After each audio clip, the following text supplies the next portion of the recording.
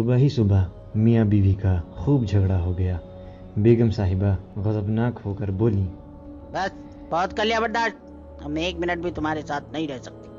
میاں جی بھی طیش میں تھے، بولے، میں بھی تمہاری شکل دیکھ دیکھ کر تنگ آ چکا ہوں، دفتر سے واپس آؤں تو مجھے نظر نہ آنا، اٹھاؤ اپنا ٹین ڈبہ اور نکلو یہاں سے۔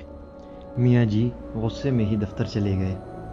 بیگم صاحبہ نے اپنی ماں کو فون کیا اور بتایا کہ وہ سب کچھ چھوڑ چھاڑ کر بچوں سمیت میکے واپس آ رہی ہے، اب مزید نہیں رہ سکتی اس جہنم میں۔ ماں نے کہا، آرام سے وہیں بیٹھ، تیری بڑی بہن نے بھی اپنی میاں سے لڑائی کی تھی اور اسی ضد میں طلاق لے کر بیٹھی ہوئی ہے، اب تو نے وہی ڈرامہ شروع کر دیا ہے۔ خبردار جو تو نے قدم بھی رکھا میرے گھر میں، سلگ کر لے میاں سے، اب وہ اتنا برا بھی نہیں ہے۔ ماں نے لال جھنڈی دکھائی تو بیگم صاحبہ کے ہوش ٹھکانے آئے اور وہ پھوٹ پھوٹ کر رو دیں۔ جب رو کر تھکیں تو دل ہلکا ہو چکا تھا۔ میاں کے ساتھ لڑائی کا سین سوچا تو اپنی بھی کافی غلطیاں نظر آئیں۔ منہ ہاتھ دھو کر فریش ہوئیں اور میاں کی پسند کی ڈش بنانی شروع کر دی اور ساتھ اسپیشل کھیر بھی بنا لی۔ سوچا شام کو میاں جی سے معافی مانگ لوں گی، اپنا گھر پھر بھی اپنا ہی ہوتا ہے۔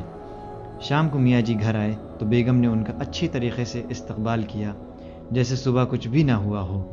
میاں جی کو بھی خوشگوار حیرت ہوئی۔ کھانا کھانے کے بعد میاں جی جب کھیر کھا رہے تھے تو بولے، بیگم، کبھی کبھار میں بھی زیادتی کر جاتا ہوں، تم دل پر مت دیا کرو، بندہ بشر ہوں، غصہ آ ہی جاتا ہے۔ میاں جی بیگم کی شکر گزار ہو رہے تھے اور بیگم صاحبہ دل ہی دل میں اپنی ماں کو دعائیں دے رہی تھیں، جس کی سختی نے اس کو یو ٹرن لینے پر مجبور کیا تھا، ورنہ تو جذباتی فیصلے نے گھر تباہ کر دینا تھا۔